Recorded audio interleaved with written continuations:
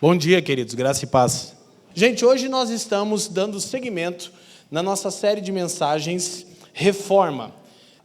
Então nós propomos fazer uso desse período de reforma do nosso novo espaço para falarmos da necessidade de reformarmos interiormente a nossa vida. Então essa é a terceira mensagem, que é quase a quarta. Semana passada foi mais uma mensagem de celebração, ok?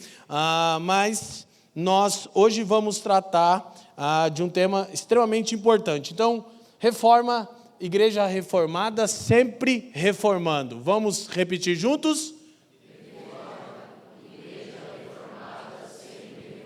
Glória a Deus. O nosso tema de hoje, nós vamos trabalhar algumas verdades.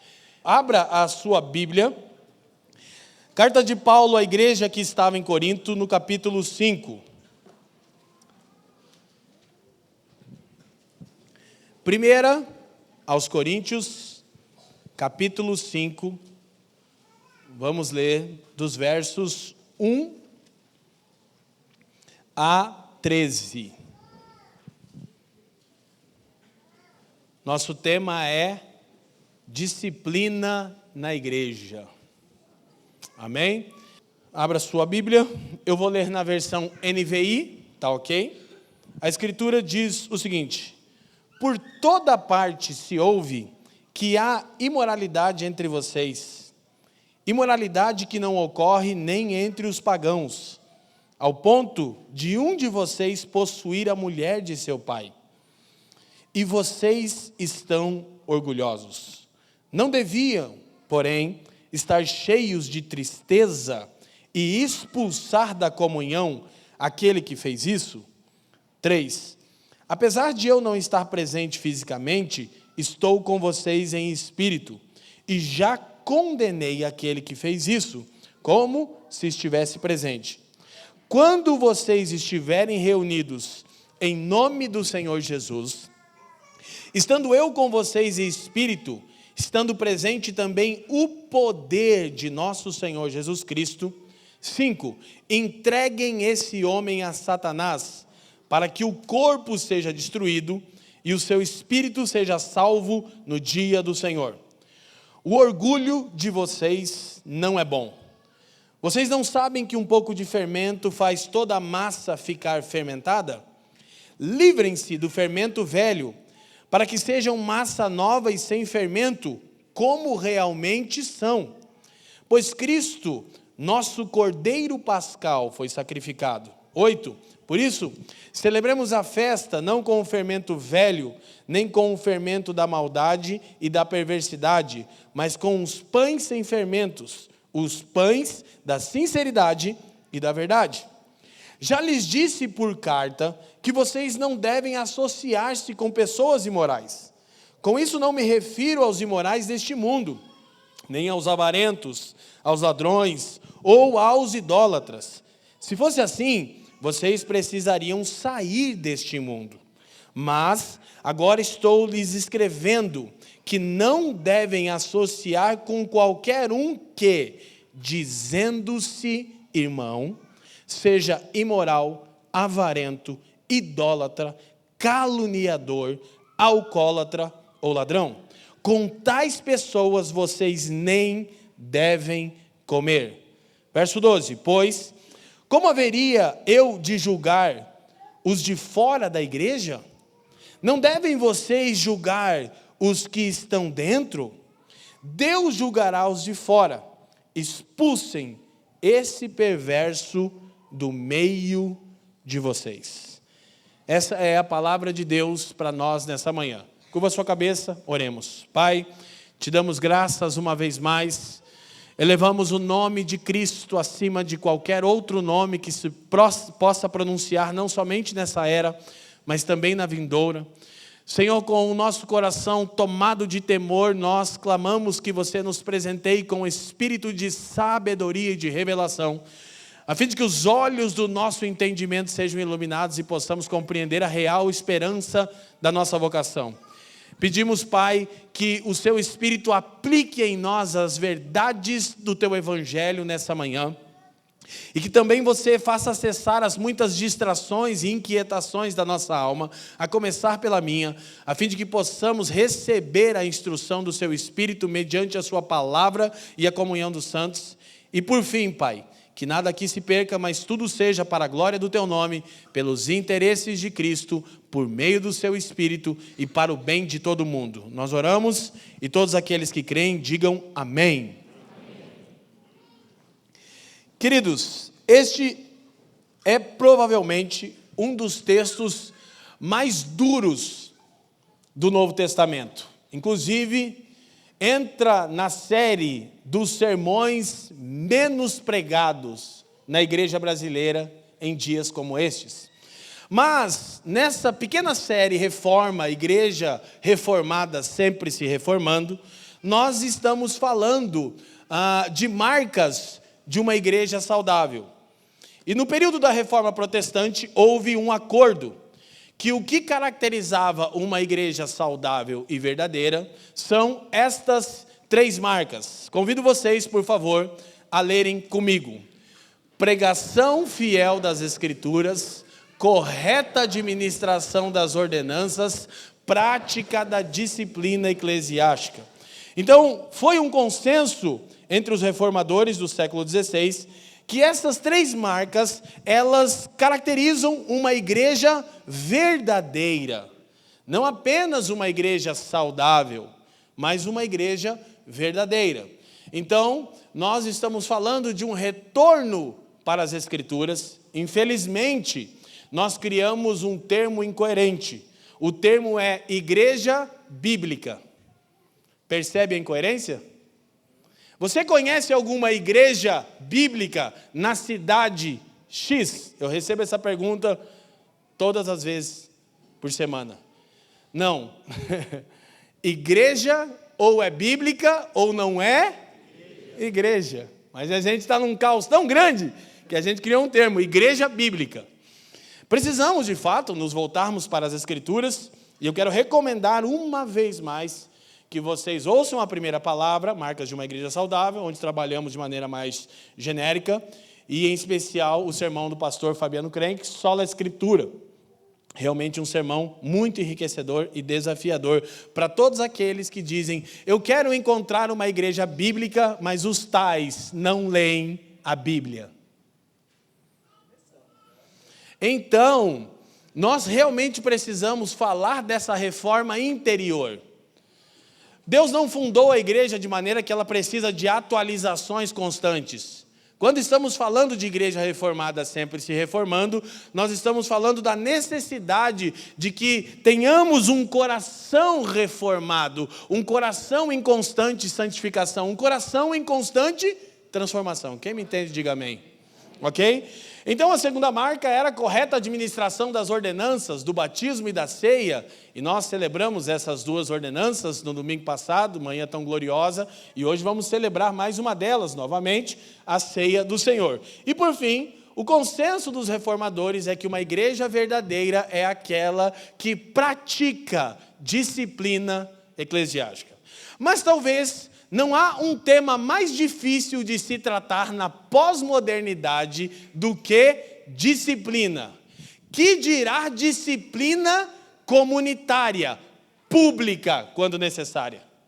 Estudando sobre o sermão já há algumas semanas, eu descobri que algumas igrejas nos Estados Unidos criaram um seguro para terem recursos para pagarem multas de crentes que foram disciplinados publicamente porque permaneciam em pecado e processam as igrejas e ganham causas multimilionárias nos Estados Unidos. Portanto, está virando comum na América igrejas sérias que praticam disciplina eclesiástica terem um seguro para pagar essas multas. Penso que é um caminho que a gente vai ter que seguir, meus pastores. Aleluia. Até se ninguém processar, daí a gente usa esse dinheiro para a glória de Jesus também, né? Ruim não seria, né? Tamanha é a dificuldade que a pós-modernidade tem de lidar com disciplina. Mas nós precisamos entender que o tema disciplina na igreja, nosso tema de hoje, ok? Ele está correlacionado com o tema membresia e vice-versa. Quando falamos de membresia, falamos de disciplina eclesiástica. Quando falamos de disciplina eclesiástica, falamos de membresia. Afinal, nós, antes de aplicarmos a disciplina e entendermos os seus objetivos, nós precisamos saber em qual jurisdição se aplica a disciplina. Imagina, nós queremos disciplinar o presidente da República por ele estar tendo alguns atos que nós não concordamos. Ele vai sujeitar a nós, sim ou não? Então, por que nós perdemos a prática da disciplina eclesiástica? Porque nós abrimos mão de uma prática saudável de membresia. Ter uma boa parte de vocês que chega aqui na família acha extremamente estranho no processo de membresia ter uma entrevista pastoral que é quase um interrogatório. 2 vezes estranho quando nós falamos sobre assinar de próprio punho um tal de pacto de membresia, que dirá ler ele diante de uma comunidade toda sendo gravado, a fim de que tudo que você disser poderá e será usado contra você em ocasiões necessárias. Afinal, você assinou de próprio punho. E nesse pacto você assinou e declarou oralmente estar sujeito ao pastoreio do presbitério dessa igreja local. Amém? Então, não teremos nenhuma dificuldade de lembrar nenhum de vocês, sempre que necessário, dos termos assinados de próprio punho e lido em voz alta diante de Deus, o Criador, e do seu povo santo. Amém? Agora, diferente do que parece para os pós-modernistas, disciplina na igreja não é um assunto negativo. Na realidade, reflete a misericórdia de Deus. Eu vou dar o spoiler da mensagem, tá bom? Durante a mensagem você vai começar a pensar que nós estamos abraçando o moralismo e práticas legalistas, e que talvez esse sermão incentive o patrulhamento da vida alheia. Vamos procurar irmãos em pecados a fim de discipliná-los publicamente. No fim do sermão, nós vamos aplicar o Evangelho. E como sempre, ficaremos com aquela sensação, que dureza, que severidade e que misericórdia e graça da parte de Deus para todos nós. Porque é isso o Evangelho. Então, nós vamos trabalhar 4 ênfases. Primeiro, objetivo da disciplina. Ok? Segundo, a necessidade da disciplina. Terceiro, a aplicação da disciplina. E quarto, o resultado da disciplina. Vamos ler juntos? 1, 2, 3. O objetivo da disciplina, a necessidade da disciplina, a aplicação da disciplina, o resultado da disciplina. Glória a Deus. Então, primeiro, o objetivo da disciplina. Para que serve, meus irmãos, a disciplina e membresia na igreja? Qual a razão? Inclusive, outra coisa que os pós-modernistas têm grande dificuldade, se nós tratarmos de disciplina e de membresia, em especial aqui de membresia, será que não estaremos sendo elitistas? Porque membresia parte do pressuposto que alguns estão dentro e outros estão fora. Será que é papel da igreja dizer quem está dentro e quem está fora? Não seria isso elitismo? Porque não apenas os pós-modernistas seculares, mas muitos cristãos pensam que tratar de membresia é um tipo de elitismo. Quem são vocês para definirem quem está dentro e quem está fora? Por quê? Porque nós estamos acostumados com mensagens que estão diluindo as exigências do Evangelho. Deixa eu te falar uma coisa, querido. Jesus não é um padrão sugerido, ele é um modelo exigido. Ele é um modelo de Deus para com o seu povo.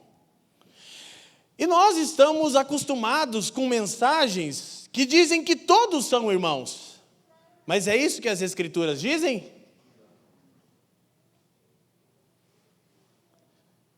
Então nós, quando estamos tratando de membresia, nós estamos tratando de quem está dentro e quem está fora.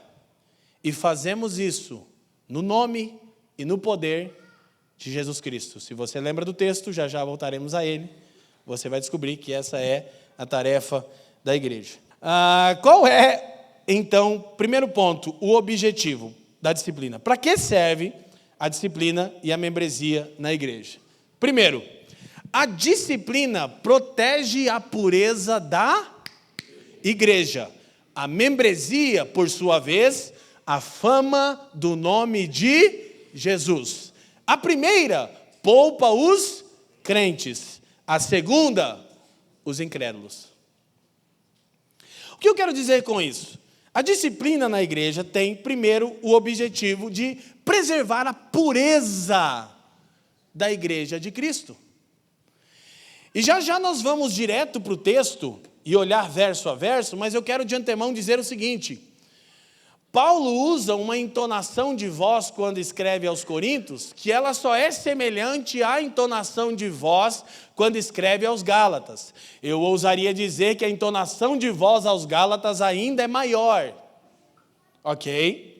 Paulo em Gálatas, eu digo, ele termina a carta. Fizemos uma série sobre o livro de Gálatas aqui, a exposição chamada Anátema. Quem lembra e foi edificado, diga amém. Paulo termina os Gálatas dizendo: vede com grandes letras vos escrevo de meu próprio punho.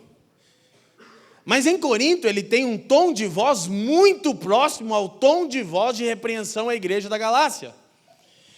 E Paulo não está tão chocado com o pecado propriamente dito, quanto está chocado com a tolerância da igreja. E não tem como falar sobre isso sem colocar o tom de voz. Pastor Fabiano Crenque não poderia pregar esse sermão, carece do meu tom de voz. Nem o pastor Leandro Alves. Só eu e o pastor Pupo. O sermão é para nós mesmo. Presta atenção. Paulo não está tão chocado com o pecado propriamente dito, embora seja escandaloso. Ele está em estado de perplexidade por causa da tolerância da igreja para com o pecado, que já se tornou público. Então a disciplina, primeiro, protege a pureza da igreja. Porque ao aplicarmos a disciplina, os demais irmãos entendem que para vivermos em comunidade, cabe a nós um esforço sim. Pois como dizemos, usando as palavras de Darrell Miller, graça não é o oposto de esforço, graça é o oposto de mérito.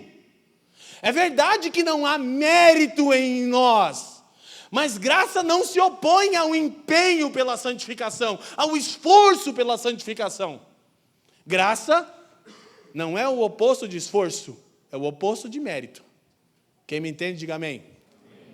Então, a disciplina, por sua vez, protege a pureza da igreja. A membresia, a fama do nome de Jesus.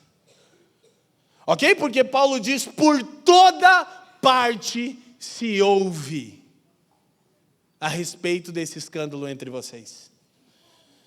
Se nós tivéssemos práticas corretas de membresia, o nome de Jesus não estaria sendo tão manchado como está sendo no Brasil. Porque para pertencer à igreja de Cristo, há muitas implicações. Uma delas é reconhecer que a nossa esperança é exclusivamente depositada em Cristo como Messias. Quem me entende, diga amém. Então, quando botaram o Bolsonaro no púlpito, uma igreja bíblica diz, maldito seja. Aleluia.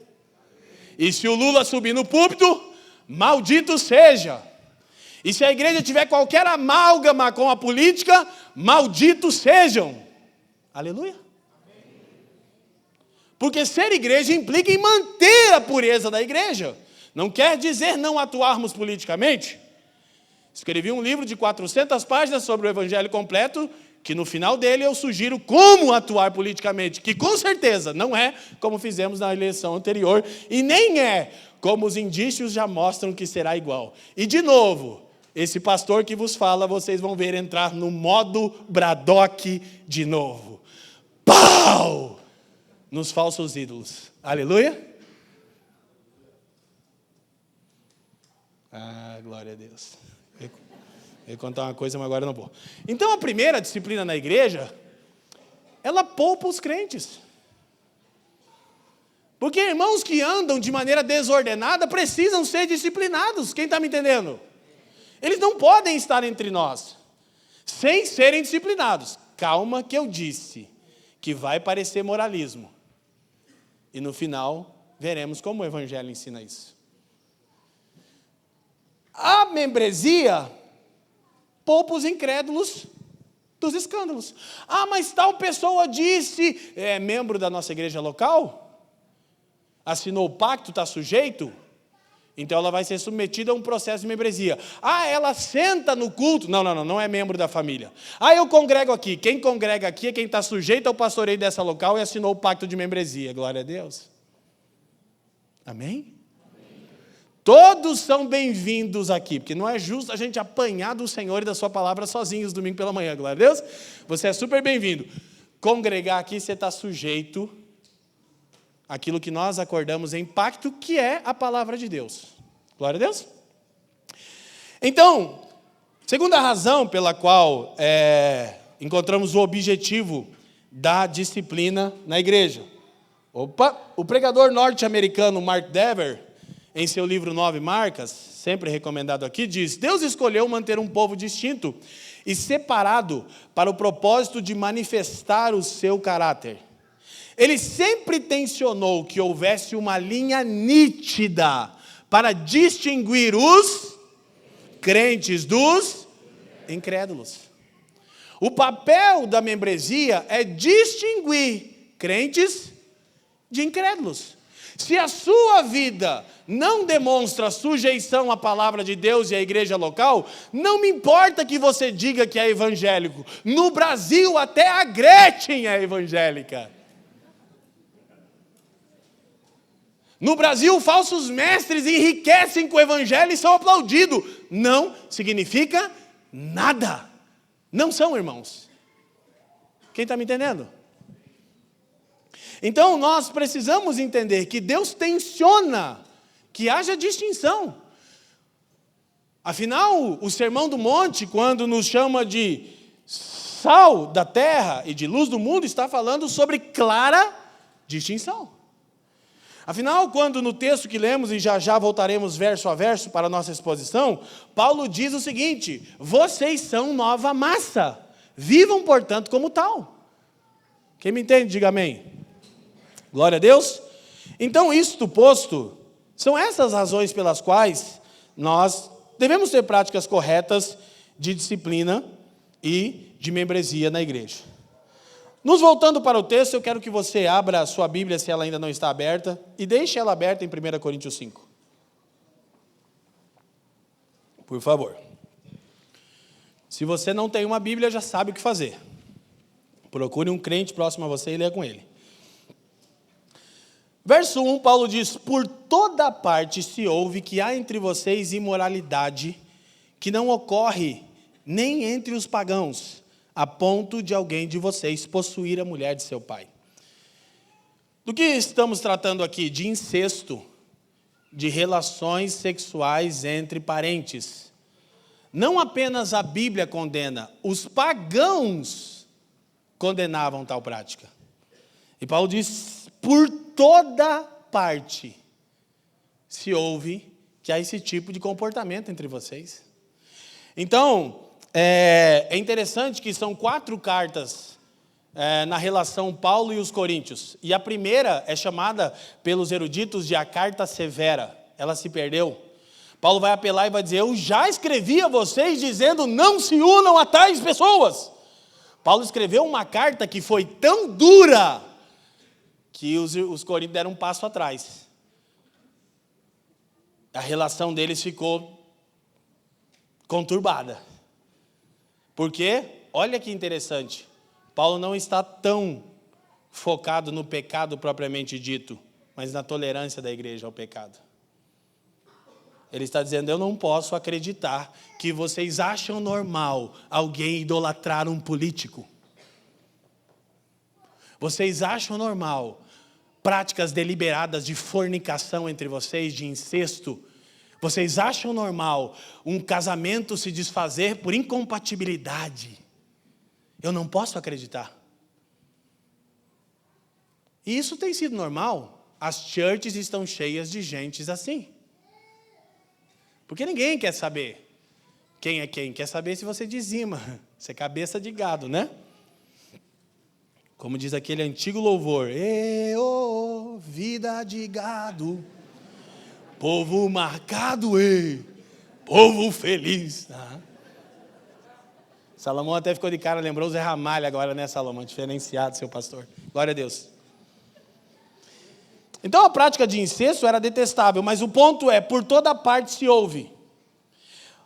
Embora os próprios pagãos reprovavam essa conduta social, o incesto, imoralidade sexual entre pessoas da mesma família, não era por causa da reprovação social, mas sim pelo nome de Cristo. Por quê? O que a sociedade considera escandaloso muda. Quem está me entendendo? Não é a sociedade que diz o que deve ser feito na igreja ou não. Mas Paulo está dizendo, está tão caótica a condição de vocês que nem os pagãos têm esse tipo de prática. Mas o que a sociedade considera escandaloso muda. Podemos ver com o tema aborto. Quem me entende? Então Paulo não está apoiando o seu argumento no fato de que os pagãos reprovam, mas de que isso está manchando a fama do nome de Jesus. Por toda parte se ouve. Aquele lá é evangélico, membro daquela igreja. Evangélico? Quem disse?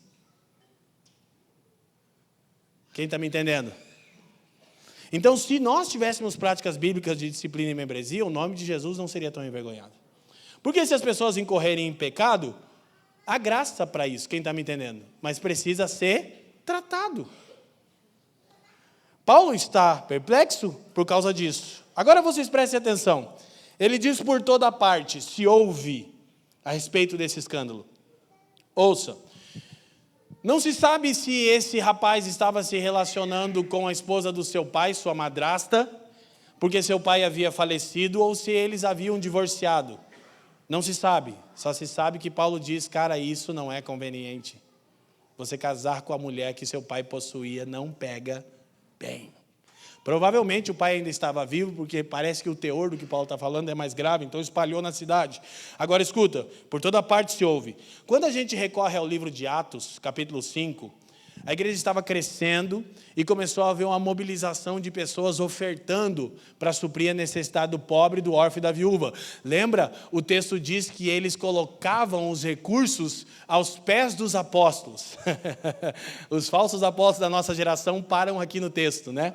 Eu já fui em conferências, eu já disse isso para você, em que o cara está pregando e as pessoas estão jogando dinheiro no pé dele para selar a palavra profética. Malditos sejam. E em nome de Jesus, que é a maldição boa que pega. O texto diz, colocavam os seus recursos aos pés dos apóstolos e os mesmos distribuíam de maneira que não havia necessitado entre eles. Essa parte ninguém fala. Agora, aí um casal achou muito legal aquele movimento de todo mundo ofertar, todo mundo ajudar na reforma. Eu também quero o meu nome aí no tijolinho. Ananias e Safira, e vocês lembram, eles mentiram o valor que tinham vendido algo, então eles não se submeteram à autoridade apostólica e eles acabam mortos. Olha só, de alguma maneira Deus estava desacelerando o crescimento da igreja em Jerusalém ao matar um casal. Porque começou a virar desordem. Todo mundo é crente, todo mundo oferta. Pum! Caem mortos. Sabe o que o texto diz? Atos 5:11, ouça. E grande temor se apoderou de toda a igreja. Primeiro, e de todos os que ouviram falar desses acontecimentos. Disciplina de Deus guarda a pureza da igreja e poupa os incrédulos. Aí sabe o que o texto diz? Que ninguém mais ousava se unir aos apóstolos. Jerusalém se deu conta que a igreja era uma nova raça, os redimidos, o novo povo do Deus Criador, que para viver entre eles há exigências. Deus matou Ananias e Safira para desacelerar o crescimento da igreja em Jerusalém. Como isso não foi suficiente, ele desatou uma perseguição para espalhar a igreja de Jerusalém pelo mundo, a fim de que ela cumprisse a sua vocação. Sabe por quê? Porque eles fizeram uma reforma, estava gostosinho, eles eram a igreja hypada da cidade. E Deus disse, eu preciso fazer alguma coisa. Começou matando uma família. Porque a igreja é a reunião de um povo que teme a Deus. E todos foram apoderados de grande temor. A igreja e todos que ouviram. Em Corinto, por toda parte se ouve a tolerância frente a esse pecado escandaloso. Em Atos, por toda parte apodera-se temor, porque descobriram que a igreja é um povo distinto. De maneira que ninguém mais ousava se unir aos apóstolos. Deus matou pessoas para desacelerar o crescimento desordenado da igreja em Jerusalém. Então, Paulo segue o texto e no verso 2 de 2 Coríntios, por favor, você está com a sua Bíblia aberta, sim? Ele diz, e vocês estão orgulhosos, ensoberbecidos. Não devíeis, porém, estar cheios de tristeza e expulsar da comunhão aquele que fez isso? Uau! O que está acontecendo aqui? Por que tanta severidade de Paulo? Olha só. Primeiro, o pecador era impenitente. Ele não demonstrava arrependimento. E Paulo disse, e vocês vão deixar a coisa desse jeito? Mas o que a gente vai fazer? Jesus é amor. Paulo diz o que fazer. Paulo diz o que fazer. Eles dizem assim, expulsem o tal do vosso meio. Lembra porque as igrejas americanas estão fazendo seguro para pagar processos jurídicos por causa de disciplina? Quem está me entendendo aqui, levanta a mão e diz amém. Paulo diz, vocês estão inchados, soberbos. Sabe qual era o problema da igreja de Corinto? A soberba. Eles diziam, mas nós temos dons espirituais. E Paulo dizia, soberbos.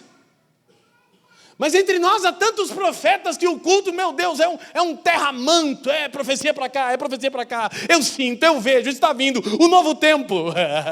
O novo tempo é muito bom. Há um novo tempo, agora vai ser diferente. Eu amo a canção, fica aqui a deixa. Nós ainda traremos esse irmão aqui, vocês vão lembrar desse dia, João Alexandre. Essa canção vocês Nutella não conhecem. Conhecer agora, eu conhecia quando lançou, porque ela me nutria, minha esposa sabe. Chama Proibido Pensar. João Alexandre é músico, mas se você está acostumado com essas coisas, deixa para lá, né? Aí ele diz assim, procura alguém para resolver meu problema. Se eu lembro como isso em 2008 explodiu em mim. Falei, eu não estou ficando louco. Pois não consigo me encaixar nesse esquema.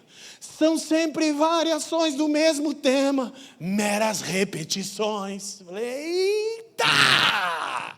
Qual é o problema? Gente, olha só. O problema não é sermos surpreendidos em pecado, porque o mesmo Paulo de Corinto é o de Gálatas, que está naquele tom de voz mais alto, e ele diz assim, ó, Gálatas 6, Paulo diz, olha, se algum de vocês for surpreendido em algum pecado, nem parece Paulo, ele diz, olha, vocês que são espirituais, corrijam o tal com mansidão, e olhem por vocês mesmos, e levem as cargas uns dos outros, assim vocês cumprem a lei de Cristo. Paulo não era um moralista, Paulo não está falando, não pode haver pecado entre a igreja, não é disso que se trata o sermão dessa manhã, meus irmãos. Paulo está dizendo, a igreja é tolerante e o pecador é impenitente, ele não demonstra arrependimento, e vocês tolerem, expulsam ele, retirem ele do meio de vocês, para ele entender do que se trata. Calma, que nada é tão ruim que não possa piorar nesse texto. Quem está me entendendo? Vamos ler juntos, família. 1, 2, 3. O pecador era impenitente, a igreja tolerante e o mundo estava escandalizado. Parece os nossos dias?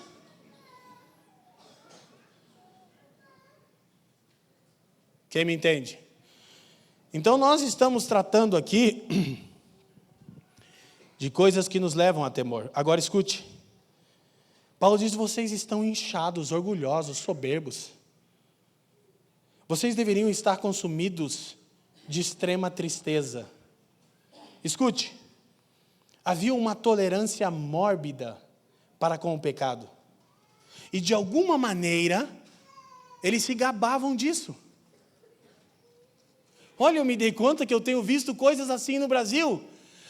O cara tinha 10 casos extraconjugais e veio à tona. Ele senta no banco 6 meses, põe ele para pregar e diz, porque aqui nós amamos. Não, tá tudo bem se esse cara se arrepender, ele pode ser salvo. Nunca mais sobe no púlpito. Você não incorreu num pecado. Eu nem estou tratando que pecado inviabiliza a vocação. Não estou falando disso, esse é um assunto que não cabe aqui. Mas 10 casos extraconjugais por 10 anos e ser devolvido ao púlpito é um predador sexual. Os coríntios tinham uma tolerância mórbida e até se gabavam. Aqui somos um ministério que ama. Eu não vou falar nomes, né? Não precisa. Uma igreja que incorreu em escândalos gravíssimos. Escuta, vocês não conhecem a Fran, como eu conheço. Agora só, nós, 2018, 6 anos atrás, fomos parar numa pseudo-igreja, que até então não sabíamos se era ou não era. Que se tornou a pivô dos principais escândalos no Brasil aí nos últimos anos, agora terminou com a prisão do indivíduo, sabe, né? Aí eu fui lá pregar, porque eu vou em qualquer lugar. Não escandalize. O Vieira fala. Vou. Escuta o que eu falei lá. Se o Edir Macedo me chamar, estou lá. Mas no templo maior de Salomão. Irmãos, vocês são uns malditos. Arrependam-se. Glória a Deus. Amém. Bispo, tá ligado? Tá amaldiçoado? Quem está me entendendo? Não, escuta, não começa com politicamente correto. Na Bíblia se expõe o nome dos falsos mestres. Leia o Novo Testamento. Quem está me entendendo, amém? Não estamos falando de pessoas que pecaram e que depois demonstraram arrependimento e foram restaurados. Nós estamos falando de lobos em peles de ovelha. Entende a diferença? Qualquer um de nós. Vocês pensam que é fácil pregar um sermão como esse? Não, eu não dormi essa noite, sabe por quê?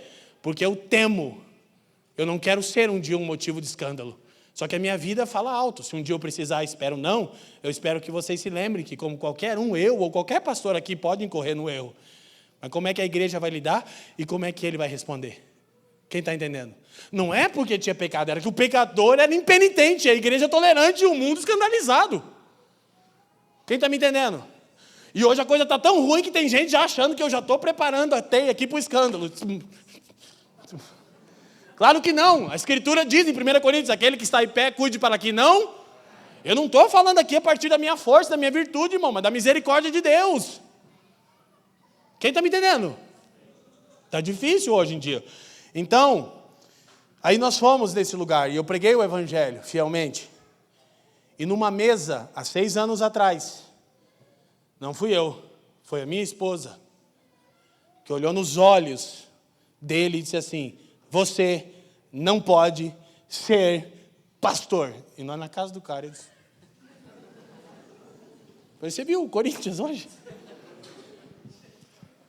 Se ele tivesse ouvido a repreensão, ele não terminaria preso antes das coisas virem à tona.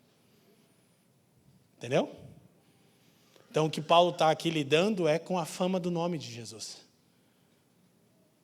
E sabe, talvez tenha soado muito estranho para vocês ou muito moralista.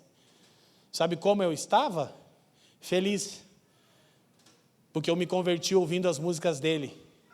E no meu casamento todas as músicas são dele. Então quando ele pediu ajuda eu disse, opa, conta comigo. Só que eu preguei o evangelho lá e é uma furada me convidar se você não está afim de alinhar. Quem está me entendendo? E eles achavam que o problema era eu, mas...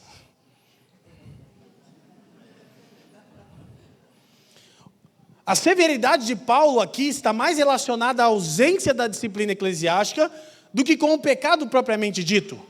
O apóstolo irá listar outros pecados, ouçam, demonstrando assim que não está comparando pecado com pecado. Esse é muito grave, esse não é tão grave. Não, Paulo não é um moralista. Paulo está comparando pecado com disciplina e arrependimento.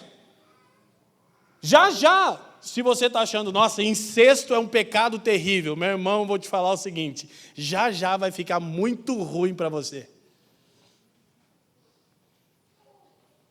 Porque Paulo não está colocando, esse pecado é terrível. Ele não está comparando pecado com pecado. Ele está comparando pecado com falta de disciplina e arrependimento. Porque Cristo salva pessoas imundas como você e eu. Amém? Amém. Então, meus queridos, a perplexidade de Paulo está relacionada com a ausência de disciplina e de arrependimento. Quando Paulo usa, vocês deveriam estar tomados de tristeza, a expressão grega é para a expressão de pranto em ambiente de luto. Paulo diz, vocês estão cheios de si mesmos, orgulhosos, soberbos, se gabando do pseudo amor de vocês e tolerância. E vocês deveriam estar em estado de luto. Porque o salário do pecado é a morte. Romanos 3, 23. Lembra, a gente vai continuar. Hoje é muito oportuno, porque a gente vai partir o pão e a gente vai lembrar do texto de Paulo aos Coríntios. É aqui nessa carta. A coisa vai piorar para eles. Ok? Então, olha só. Segundo ponto, a necessidade de disciplina. Olha o verso agora 3 e 4. Quem está comigo, diga amém. Verso 3 diz assim, apesar de eu não estar presente fisicamente, estou com vocês em espírito. E já condenei aquele que fez isso, como se estivesse presente. Ou seja, vocês são tolerantes, eu não. Ok? Aí ele diz, quando vocês se reunirem em nome do nosso Senhor Jesus, estando eu com vocês em espírito, estando presente também o poder de nosso Senhor Jesus Cristo. Primeira coisa, olha que coisa interessante, isso é um apóstolo de verdade.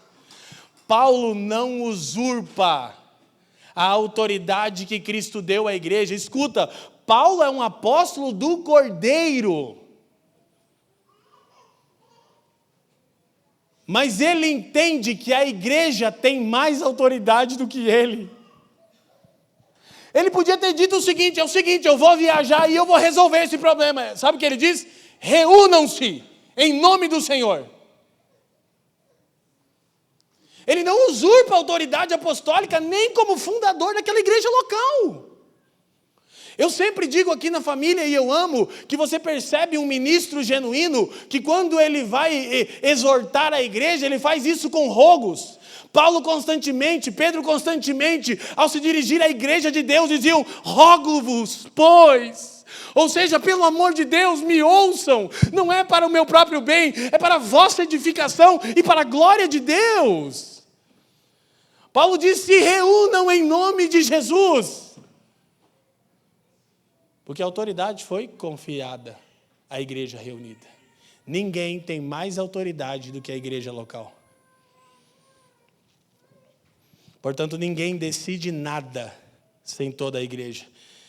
Ele não usurpa a autoridade da igreja, ele diz, vocês precisam resolver isso. Aí aqui, quando ele diz se reúnam no nome, olha só, e ao se reunirem, escuta, em nome do Senhor, o poder do Senhor estará do lado de vocês. Mas o problema é para que Paulo reivindica esse poder? Ele está em acordo com o ensino do mestre, outro ensino desprezado.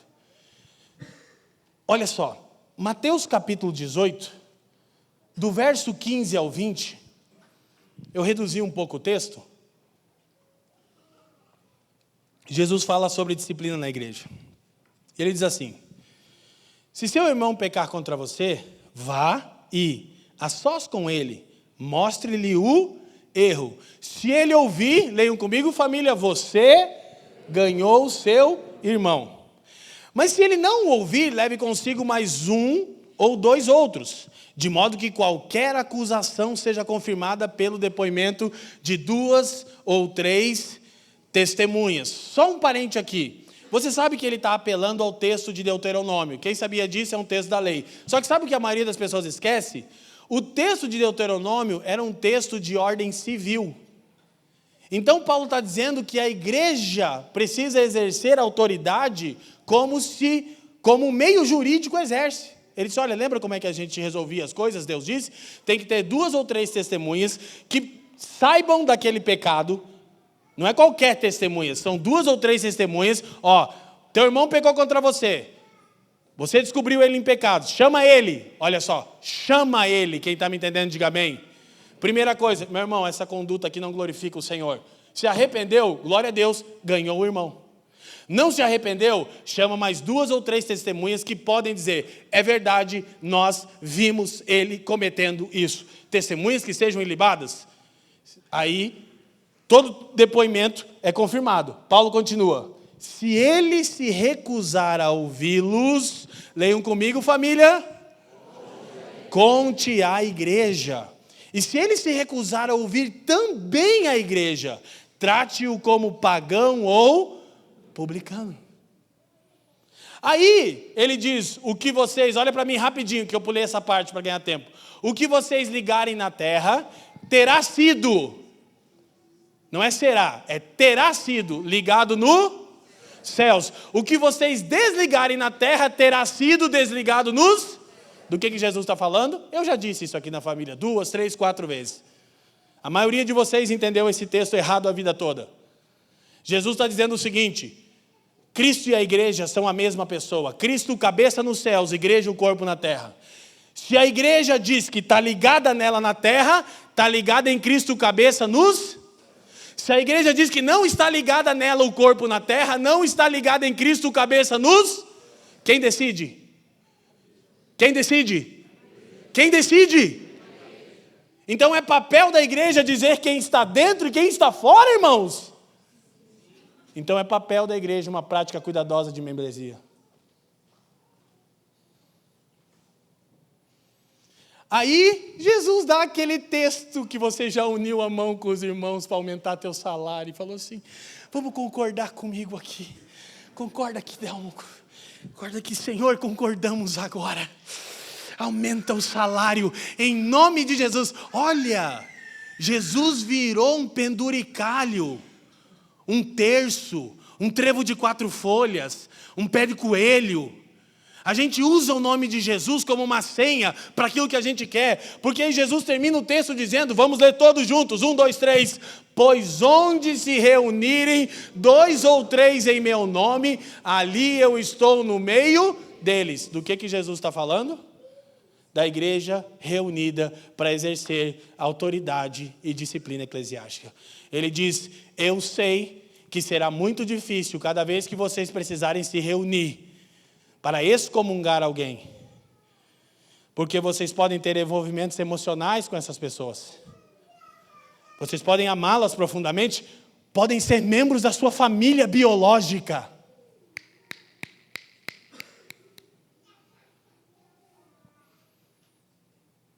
Ele diz, mas eu quero que vocês saibam de uma coisa. Eu estarei presente com vocês.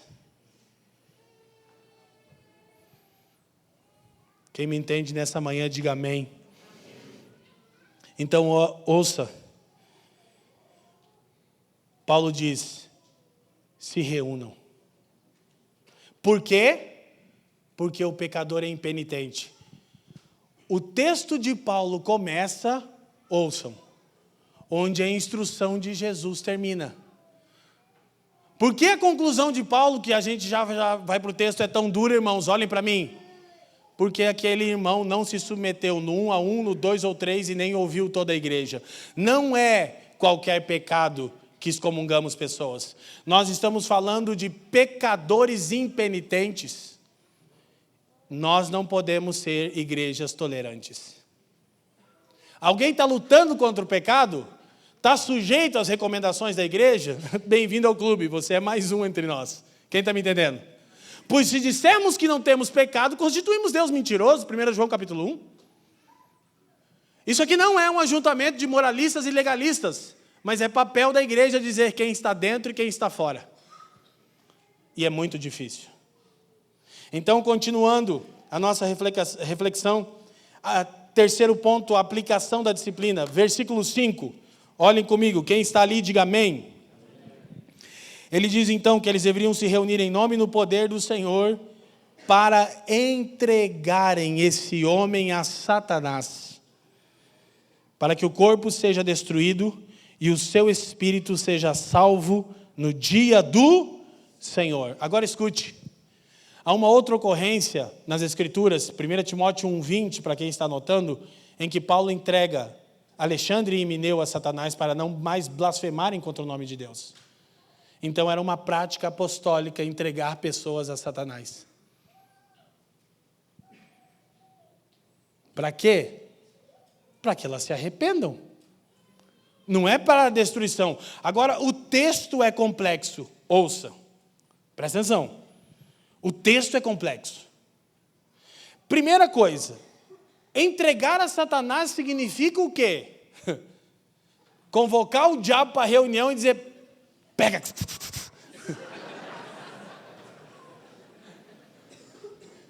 Se reúnam em nome, no poder do Senhor, eu unido a vocês, a autoridade da igreja, para dizer quem está dentro, quem está fora. Se não escuta a igreja, não está em Cristo. Repitam comigo, em alto e bom som, família dos que creem. É impossível comprometer-se integralmente com Cristo. E parcialmente com a igreja. Mais uma vez, é impossível comprometer-se integralmente com Cristo e parcialmente com a igreja. Ok? Então preste atenção. O que é ser entregue a Satanás? É isso aqui. Lembra que no final Jesus disse que se não ouve a igreja, trata ele como pagão ou publicano. Já disse isso aqui em outras ocasiões. Olha só. Jonathan Leeman diz assim: os leitores judeus de Mateus teriam interpretado pagão como alguém, como uma representação daqueles que não pertenciam à comunidade da aliança. Ou seja, não eram israelitas. Quem entende, diga amém. E publicano em referência àqueles que haviam traído essa comunidade e, portanto, estavam fora dela. Presta atenção, se não escuta a igreja, primeira coisa, ou é pagão ou é publicano. O que é um pagão? Alguém não membro da comunidade da aliança. Como é que a gente aplica? Não é regenerado, não é salvo, não é irmão. Alguém que está em pecado deliberado, sendo repreendido por toda a sua igreja local, diz não, não, não, Jesus disse. Provavelmente ele não nasceu de novo. Só que o problema é que ele é membro de alguma igreja que não tem um processo de membresia sério. Ou Jesus diz, ou ele é um publicano. Quem eram os publicanos? Judeus que trabalhavam para Roma. Ele diz, ou ele está traindo os termos da comunidade. A disciplina vai demonstrar quem ele é. Quem está me entendendo? Então aí, olha só, o argumento de Paulo começa onde a instrução de Jesus termina. Aí Paulo diz, entreguem a Satanás. O que significa entregar a Satanás? Agora sim, significa ser lançado novamente na esfera onde Satanás domina. Esta era. Eu não tenho tempo para explicar, leiam o meu livro, ou os que a gente recomenda aqui, mas a família dos que creem tem que saber disso. A Escritura mostra, por exemplo, em textos como Gálatas 1,4, que Cristo nos resgatou da presente era perversa. Muitas vezes que a nossa Bíblia em português traduz mundo, na verdade o termo grego é aion, significa era. Ou seja, Satanás não é o príncipe do mundo enquanto criação. Satanás é o príncipe do mundo enquanto era perversa, sistema maligno. Quem está me entendendo? Alguém que não está em Cristo não está na igreja. Portanto, esse alguém está onde? Diante dos olhos de Deus. Neste mundo. Que mundo? Essa era perversa. Não é isso que Paulo diz quando escreve aos Colossenses, no capítulo 1, no versículo 13, ele diz assim, ó, Cristo nos transportou, nos resgatou do império das trevas para o seu reino de amor. Então Paulo diz, alguém que não escuta a igreja tem que ser entregue a Satanás. Devolve ele e diz, olha só, isso é cobertura espiritual. Desculpa, não era o apóstolo. Não era o papito espiritual. Não era aquela pessoa que você mandava a primícia para ela. Cobertura espiritual é o corpo de Cristo. Eu me lembro de uma vez, eu tenho que contar essa piada para aliviar, e eu estou indo para o fim. Que um irmão foi sair de uma determinada, entre aspas, igreja, e aí o pastor desse irmão me conhecia, e eu estava faca na caveira. 2006, meu irmão, se vocês acham que eu sou duro, é que vocês não me conheceram em 2006. 2006 eu estava Braddock na parada. E aí o pastor sabia que não podia amaldiçoar aquele irmão que ia sair da igreja. Aí o pastor chamou, porque o irmão ia falar comigo, eu ia atrás do pastor e corria risco de a gente exceder ali nas tratativas. Né? Aí o pastor chamou ele e falou assim, te amaldiçoar, eu não vou.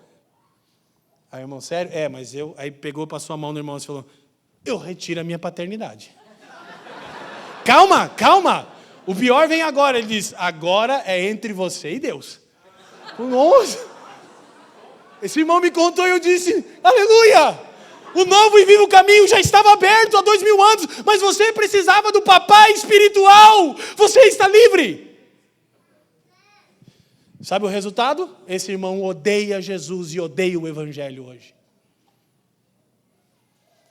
Cobertura espiritual é o corpo de Cristo. Entregar a Satanás significa lançar alguém, pecadores e impenitentes, depois de longo processo correto de disciplina, na esfera onde Satanás domina. Essa era. Ou seja, você quer mesmo? Então, Senhor, nós não reconhecemos ele como irmão. Não pertence ao reino de Deus, ao corpo de Cristo. Está à mercê do príncipe deste mundo. Agora eu vou te falar o seguinte. Não paga para ver. Sabe por quê? Porque Ananias e Safira foram entregues a Satanás por Pedro. Pedro disse, olha, foi mesmo por esse valor? Qual era o coração de Pedro? Julgar, acabar, destruir, matar, sim ou não? Você se arrepende, não faz isso. Foi mesmo por esse valor? Eu acho que Pedro estava assim, as plaquinhas escritas, fala que não, eu sei que não, eu sei que não. Foi. Pedro disse, Senhor, não é irmão. Pum! Satanás disse, é? Então é meu. Se não é irmão, é meu. E se tem uma coisa que o diabo gosta, é de gente que não é irmão, é primo. Outra coisa para a gente avançar e aliviar, uma época da nossa vida nós pastoreamos um dissidente do Comando Vermelho, lembra, Alves? Um dos caras que era membro da facção Comando Vermelho no Rio de Janeiro. Bagulho louco, bagulho estreito. Aí o cara falou para mim um dia assim, pastor, eles só me liberaram sair do comando porque eu disse que eu tinha me tornado um cristão. Sabe o que eles fizeram? Por longos meses, membros do Comando Vermelho analisaram a minha vida. Eu disse, por quê? Para descobrir se eu era primo ou irmão. Porque se é primo... Eu falei, cara, não tem uns diáconos desses para mandar para cá?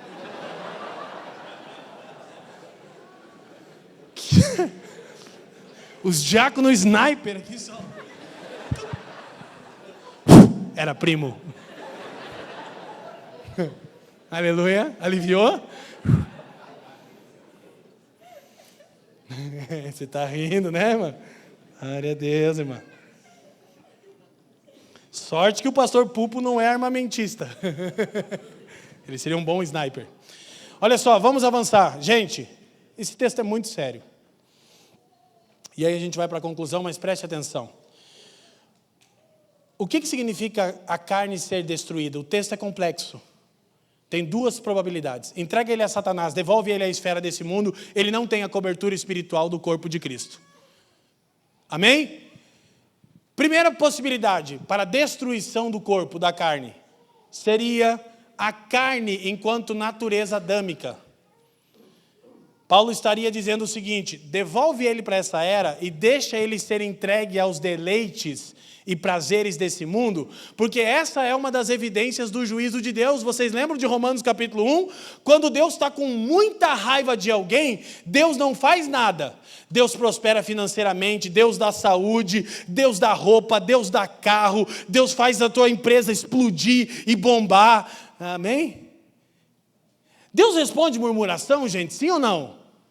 Sim ou não? Hã? Sim ou não? Sim. Aleluia. Tudo que Deus deu a Israel no deserto foi em resposta à murmuração e não à obediência. Eles diziam: olha como Deus está me abençoando. Minhas roupas, alimento, cai do céu a prosperidade. Deus estava engordando para o abate. Então, por vezes, Deus entrega. Ah, você quer?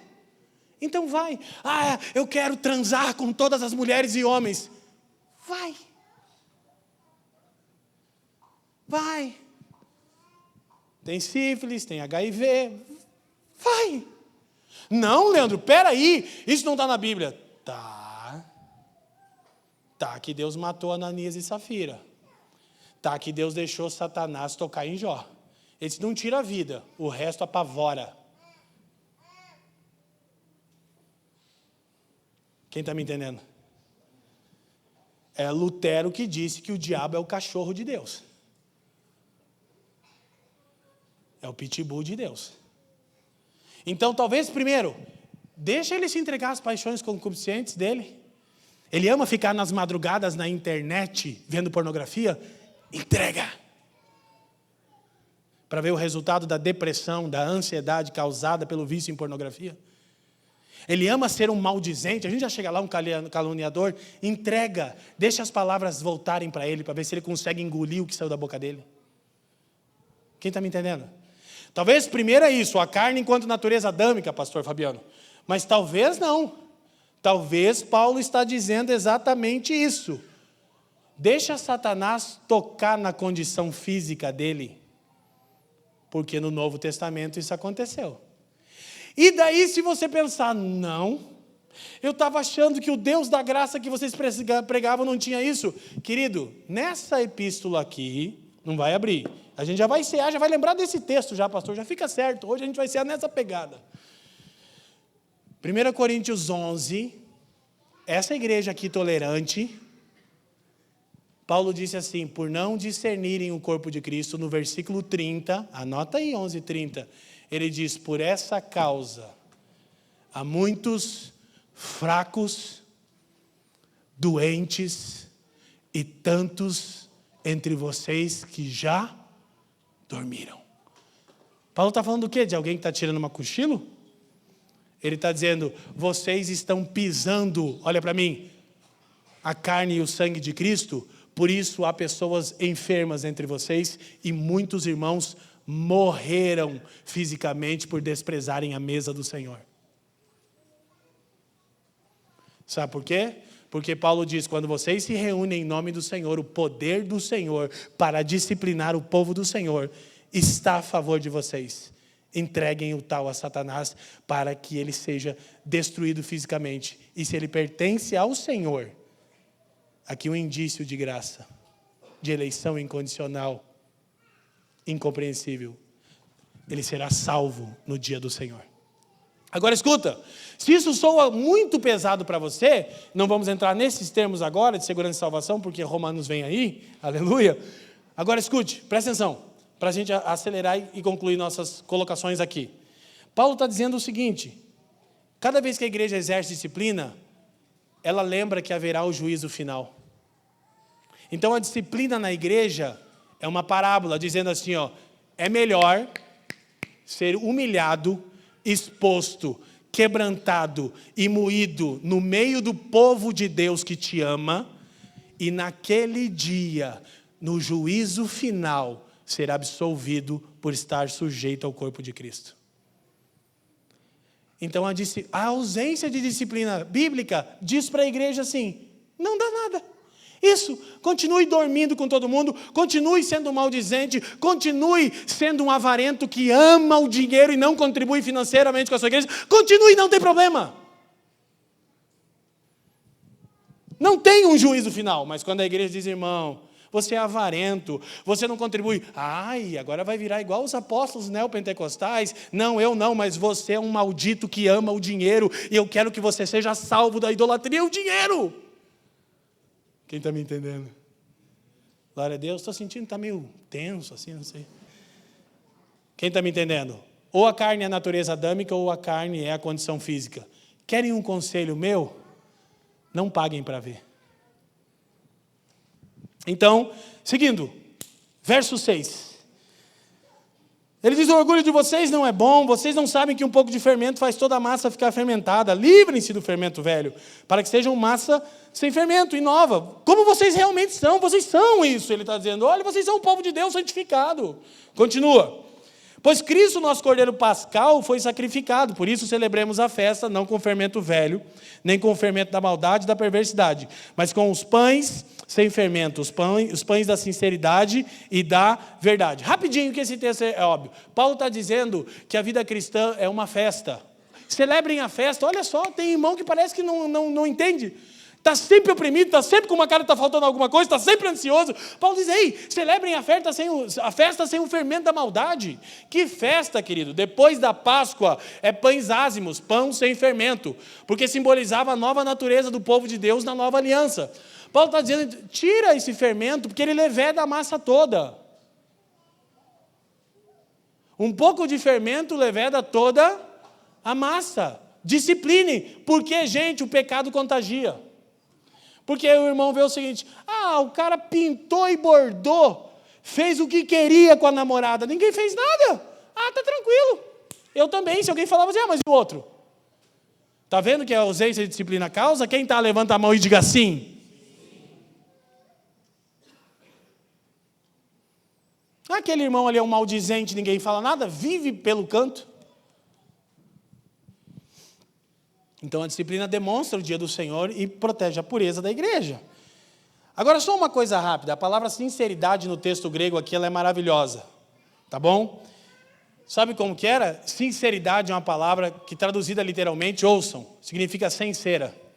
Antigamente se vendiam vasos nos mercados de barro, e por vezes esses vasos trincavam, tinham rachaduras. E aí sabe o que os mercadores faziam para enganar? Colocavam cera nas rachaduras e pintavam. Sabe como você fazia para descobrir? Você botava ele no sol. E a luz e o calor do sol mostravam onde tinha mancha de cera. Sem cera. Sinceridade. Paulo está dizendo: viver na comunidade tem que ser uma vida sem cera. A luz e o calor do sol da justiça vai mostrar quem você é. Quem está me entendendo? Então, a vida cristã é uma celebração. É uma festa. Celebrem a festa. E ela deve ser vivida em sinceridade e verdade. Verso 9, 10 e 11, estamos chegando à nossa conclusão. Já lhes disse por carta que vocês não devem associar-se com os imorais. Então, essa é a carta severa que se perdeu. A primeira carta. Com isso, não me refiro aos imorais deste mundo, nem aos avarentos, ladrões ou idólatras. Se assim fosse, presta atenção, vocês precisariam sair deste mundo. Tem uma denominação aí, que os irmãos não podem sentar com o incrédulo para... Meu Deus, deixa para lá. Volta para o texto. Se assim fosse, vocês precisariam sair do mundo. 11. Mas agora estou lhes escrevendo que não devem se associar com qualquer que... Lê na sua Bíblia, lê na sua versão. Qualquer que...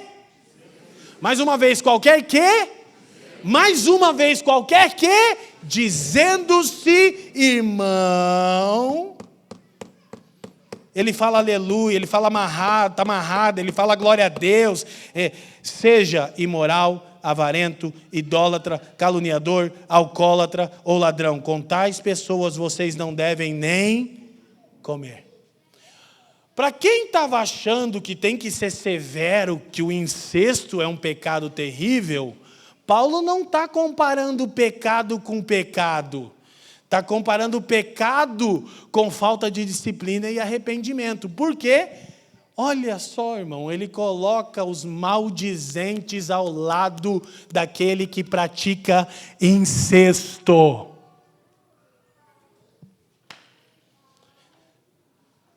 Caluniadores. Você viu? Eu não gostei. Porque os caras agora... Na igreja, a murmuração cessa quando? Quando? Encontra um crente maduro. Repete comigo, na igreja. Vai mais coisa mais pentecostal. Na igreja, a murmuração cessa. Quando encontra um crente maduro. Se passa por você, é que você é imaturo. Se você se une à calúnia, Paulo te coloca do lado de quem pratica incesto. E diz isso talvez seja uma evidência que você não é irmão. Porque um irmão maduro, quando encontra um problema na igreja, ou um irmão em pecado, ele não faz calúnia. Ele age da maneira bíblica para que esse irmão seja libertado da sua prática pecaminosa. Quem está me entendendo? Então ele diz, avarentos. Olha, graças a Deus, eu nunca cometi incesto. Ele diz, e como é que você lida com o dinheiro? Como é que está a sua contribuição com a igreja local que nutre você de evangelho todo domingo? É que eu não consigo, antes conseguia. Tem uma coisa que a gente fala aqui no presbitério da igreja que é engraçado. Os cara dão o dízimo assim, ó. Certinho para o papai espiritual e para o apóstolo, ainda joga a primícia. Chega na família, entende que não é lei, não consegui mais. 20 anos, engraçado, eu membrei na família. Não tinha mais. Avarento. Só que não, a gente não olha a lista de contribuição. Só que o Senhor olha. Talvez demore. Mas a gente vai descobrir. Não que a gente vai sentar e ficar olhando a lista. Dizimou, não dizimou. Não, a gente vai conhecer você, vai na tua casa e vai descobrir. É avarento. Tinha um irmão que andava com a gente há muitos anos atrás, que a gente ia comer pizza, dava R$500 a pizza. Lembra com a música? Ele dizia, tenho 7 pila. Mas que satanás que você só tem uma nota de 5 e de 2 sempre, deu 500. É 100 por cabeça. Cara, desculpa, hoje eu tenho 7 pila. Avarento. Ladrões, Paulo diz. Imorais, toda sorte de prática imoral. Paulo diz, não senta com essas pessoas, não coma com elas. Agora escuta, essas pessoas têm que ser disciplinadas. Escuta. Aí, uma igreja que não sabe lidar com disciplina, para a gente ir concluindo, muitas vezes, e que bom que tem só um culto, que logo vai acabar essa chance. Muitas vezes, a pessoa está em disciplina da igreja e os irmãos sentam para consolar. Querido, o papel da igreja não é consolar o pecador impenitente. É toda vez que sentar com ele e perguntar, já abandonou o pecado? Vamos comer junto. Você já abandonou o pecado que a igreja está esperando? Será que sobra alguém aqui, gente? Pois daqui para frente, a gente vai começar a cada vez mais levar a sério isso. Amém? Por que somos um bando de moralistas perfeitos? Porque queremos proteger a pureza da igreja e não cooperar em denegrir a fama do nome de Jesus. E que Deus tenha misericórdia de cada um de nós, a começar por mim. Quem me entende nessa manhã? Então, olha só, esses pecados que Paulo lista. Leiam comigo, família. 1, 2, 3.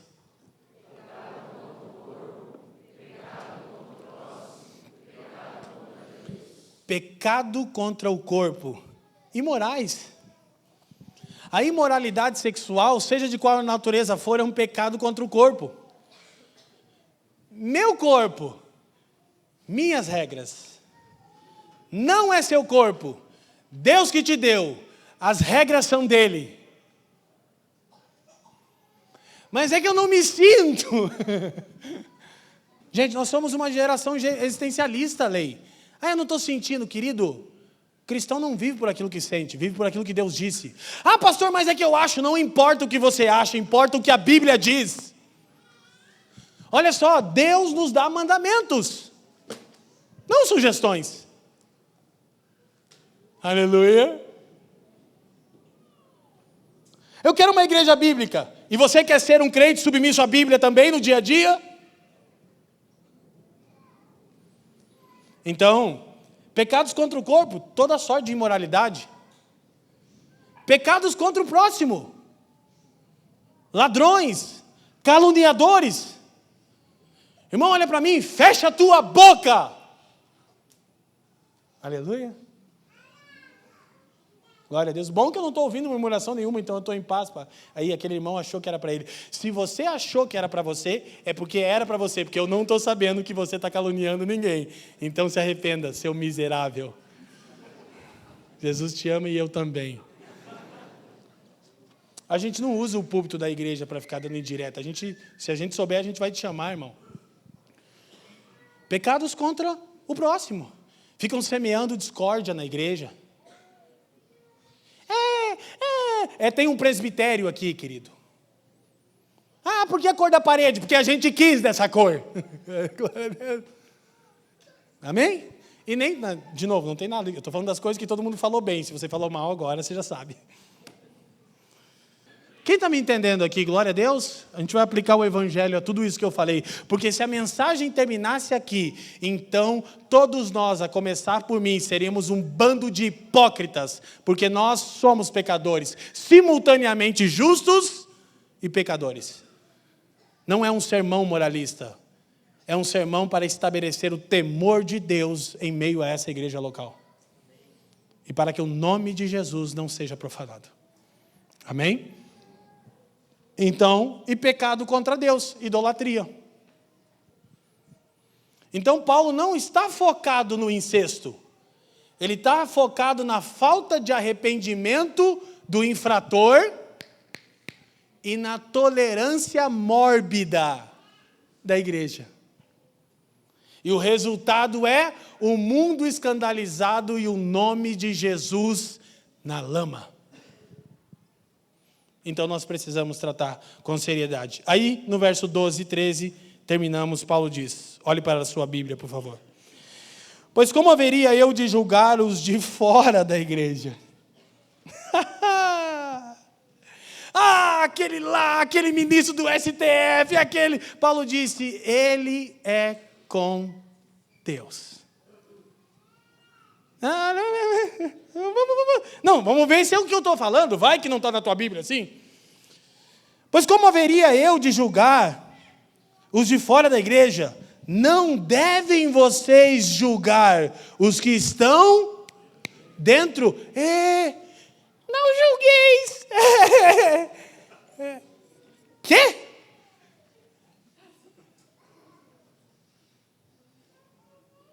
Só Deus pode me julgar. Você é membro dessa igreja? Deus confiou a nós a autoridade de te julgar.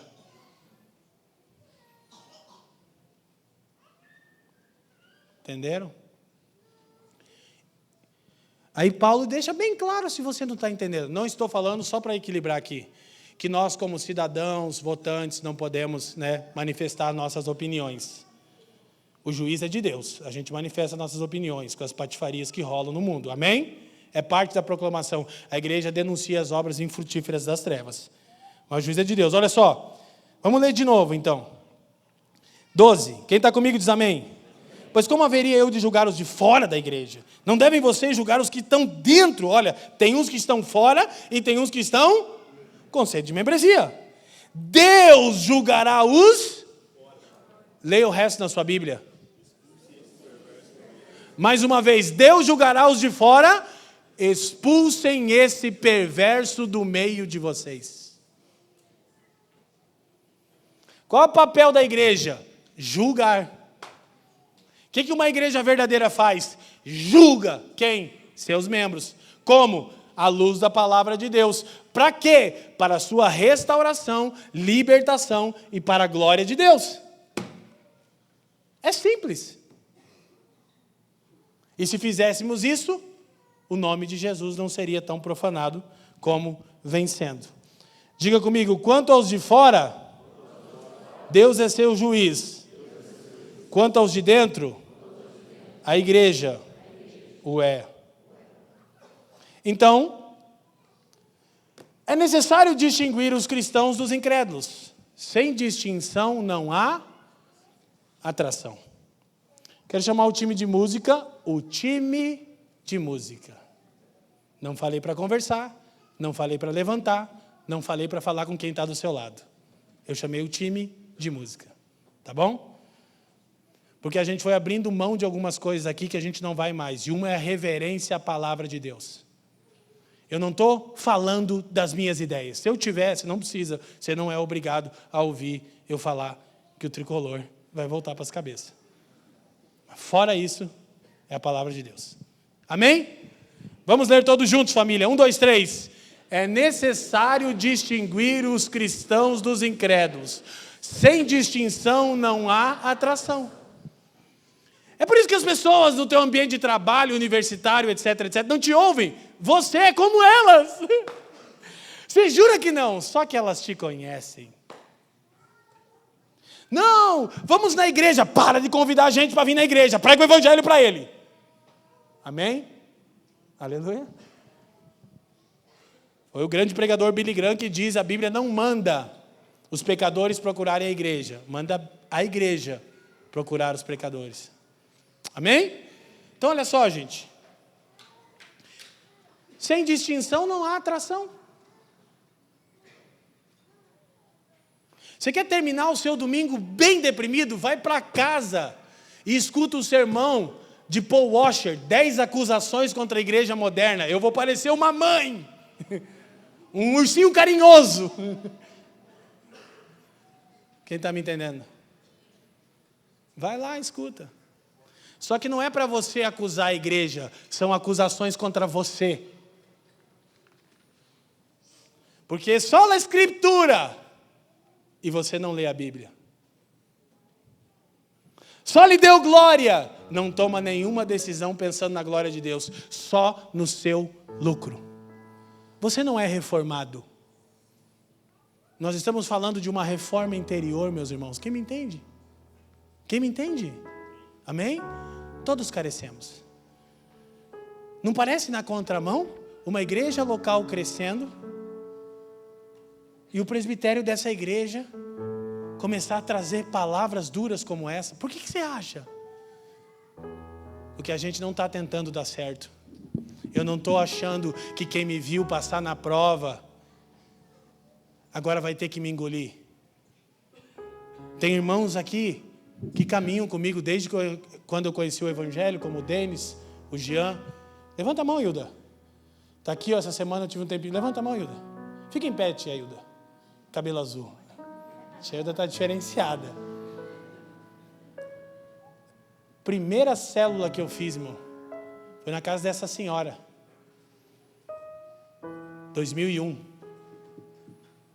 Hoje eu sou pastor dela. Eu estava dizendo para ela essa semana que eu estava olhando minhas agendas de pregações e graças a Deus que não tinha internet naquela época. Pode sentar, Hilda.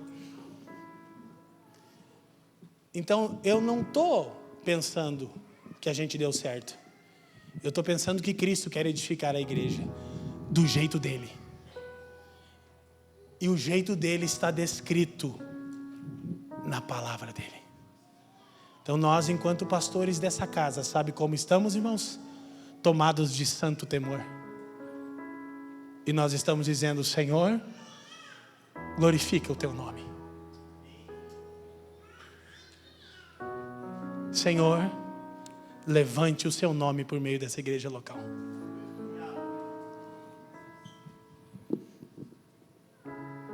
Aleluia.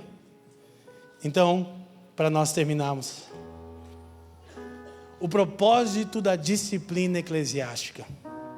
Primeiro, expor o pecado. Repete comigo. Olha só, presta atenção. O pecado é como um câncer que se esconde. Paulo disse assim, reúnam-se, porque escândalo público, disciplina pública. Transbordou das portas da igreja, tratem publicamente. Reúnam-se e exponha esse câncer antes que ocorra a metástase. Porque o pecado é como um câncer entre nós, irmãos. Lutero disse, lembram? Que o pecado é como um homem que faz a sua barba pela manhã e logo à tarde ela torna a crescer. Porque precisamos uns dos outros? Porque se eu pisar fora, você vai me dizer, meu irmão, isso não é conveniente. E se eu for irmão, eu vou dizer, bendito seja o Senhor pelo cuidado que você tem demonstrado comigo.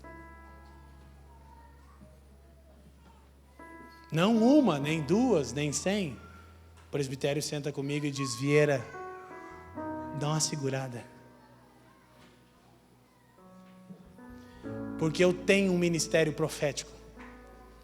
E a minha tendência é passar o ponto. Eu sou o Pedro com a espada, eles sabem disso. Quando Jesus diz, vai, eu já... Ele diz, não desse jeito. Por meio dos meus pastores que diz, dá uma segurada, menos. Sua opinião não é tão importante assim. Quem está me entendendo?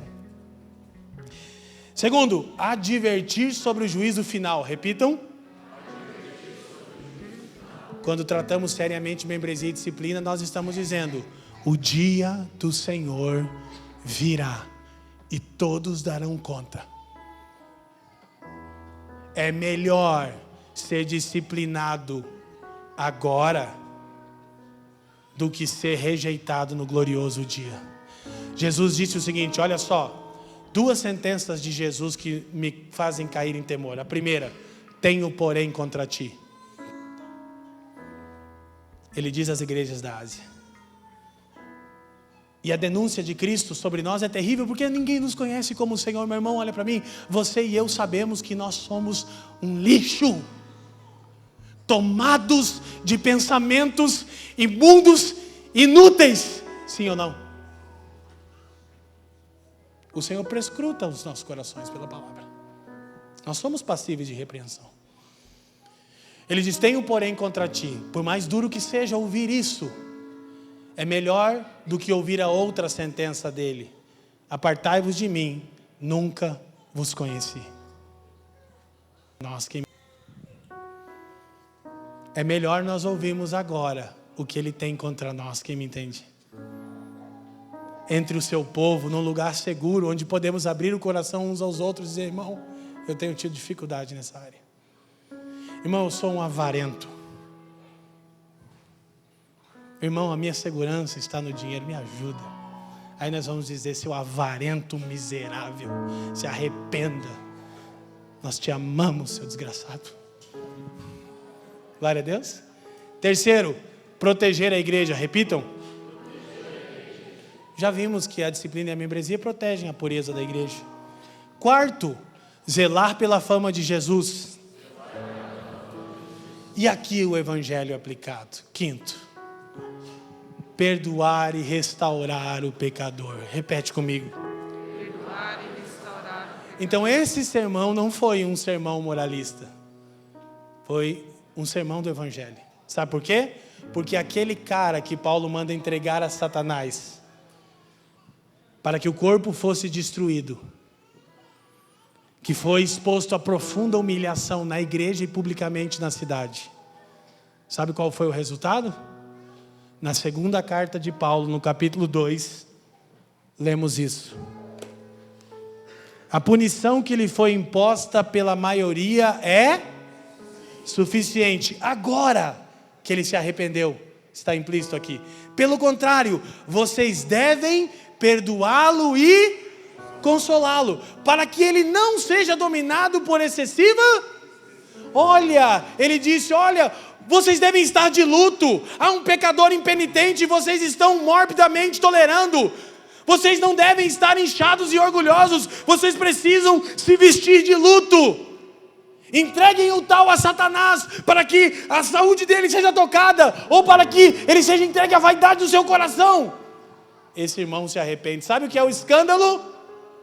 O rapaz que dormia com a mulher do pai por pelo menos 1 ano era um irmão. Uau! Agora parece que eu contradisse tudo que eu acabei de pregar. É que o nosso papel, enquanto ele está deliberadamente no pecado, é dizer, não podemos afirmar que você é um irmão. Ou é pagão, ou é publicano, ou não nasceu de novo, ou está traindo os termos da aliança. Vamos te entregar a Satanás para descobrir.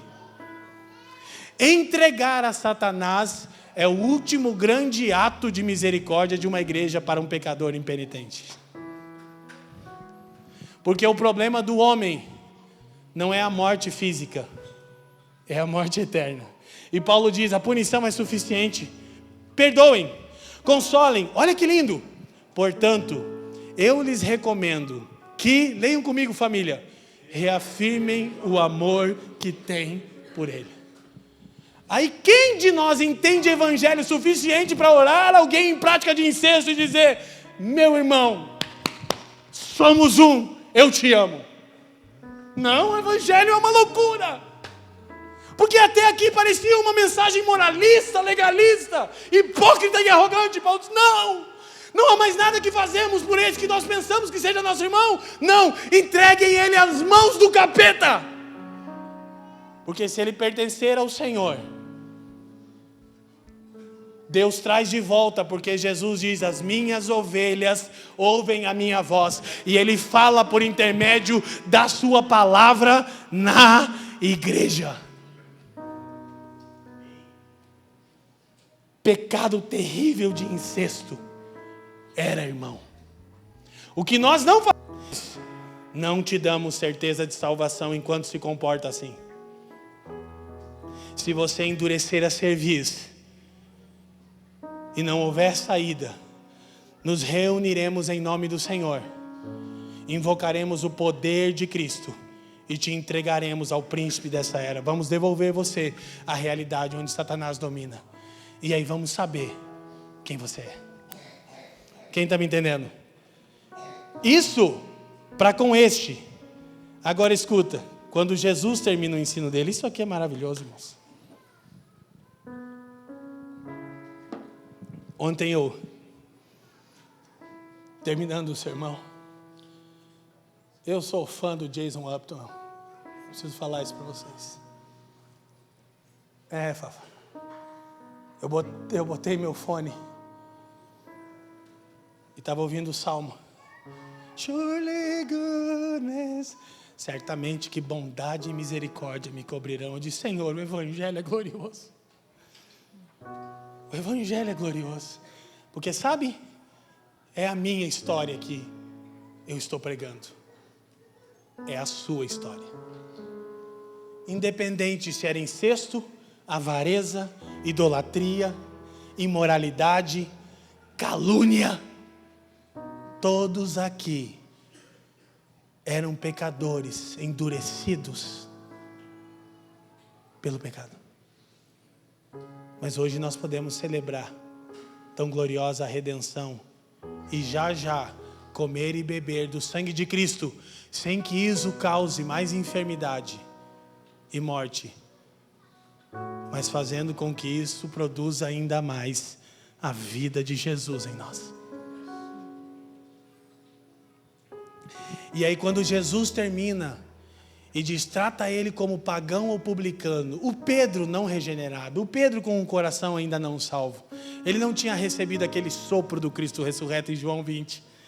Pedro, receba o Espírito Santo. Aí o Pedro, uau! Aí ele disse, agora você vai virar um crente. Eu já disse que quando eu li esse texto, eu pensei, Pedro andou sobre as águas, curou milhares de pessoas, e Jesus disse que ele não era crente. Eu falei, nossa, cara, eu estou lascado. E aí Pedro, ele sopra sobre os discípulos de João 20:20, diz, receba o Espírito Santo, e ele olha para Pedro e diz assim, agora ajuda teus irmãos. E ele diz uma coisa maluca, abandonada pela igreja evangélica. Ele diz, porque os pecados de quem vocês perdoarem, assim como o Pai me enviou, eu envio vocês. Tarefa da igreja. Os pecados de quem vocês perdoarem serão perdoados. Se a igreja disser, é irmão, Jesus disse, é meu então. E os pecados de quem vocês retiverem serão retidos. Se a igreja dizer, não é irmão, Jesus disse, é porque nunca foi meu. Quem está me entendendo? Aí o Pedro faz a perguntinha, lá Pedro, né? Então, Pedro, aproximando-se de Jesus, perguntou. Vamos ler, meus irmãos. Senhor, quantas vezes deverei perdoar a meu irmão quando ele pecar contra mim? Até 7 vezes? Jesus respondeu, eu lhe digo, não até 7, mas até 70 vezes 7. Eu ia te dizer por quê, só vou dar a dica. Lameque, estuda a Bíblia, fecha a dica, porque é o número que ele usa, não vai dar tempo. Escuta, ouça. Pedro disse, mas também não dá para ficar ali, né? Imagina Jesus olhando para Pedro e falar, cara, tu é hipócrita com força, velho. Pedro, eu sei quem você é, você é uma porcaria, Pedro. Não, mas até 7 vezes te deu, né? Olha o escândalo do evangelho aí, Brasil. Corta para 18 aqui o evangelho. Quê? Jesus diz, não, apenas 7, Pedro. Aí ele conta uma parábola. E ele diz assim, Márcio, o reino de Deus é semelhante a um rei que decidiu acertar as contas com os seus servos. E tinha um servo, parábola atualizada, que devia R$1 milhão. E o rei chamou ele para pagar e disse, vou botar tua família toda na cadeia e você está lascado. O servo prostrou na frente do rei. Ele continua o texto aqui, você lê em casa. Ele disse, Senhor, tem misericórdia de mim, eu não tenho como pagar. A dívida do pecado. Quem está entendendo? E o rei misericordiosamente disse, então tá bom, você está perdoado. É isso aí, está tudo certo. Aí ele sai e encontra uma pessoa que devia R$10 para ele. Quanto ele devia? 1 milhão ao rei. Quanto a pessoa devia para ele? R$10. Ele pega no pescoço e diz, me paga, eu não te perdoo, me paga. Aquele irmão ali, pecador. Pastor, para eu ouvir, aquele irmão ali. Patrulhamento da vida alheia.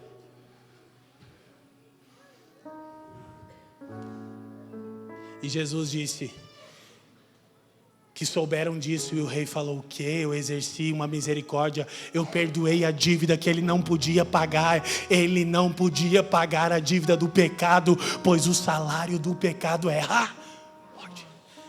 E ele não perdoou um irmão que causou uma mínima ofensa. Ele é tão sensível assim. Ele é tão sensível assim que não consegue viver a vida da igreja. Entreguem ele aos açoites, e ele não sai de lá até pagar cada centavo que me deve. Aí Jesus termina e diz, assim fará com cada um de vocês o meu Pai, o Deus de amor que está nos céus, se vocês de coração não perdoarem uns aos outros. Evangelho da graça de Deus. Curva a sua cabeça. Pai, te damos graças nesta manhã uma vez mais. E nós agora, Senhor, com o coração escrutinado pela Tua palavra.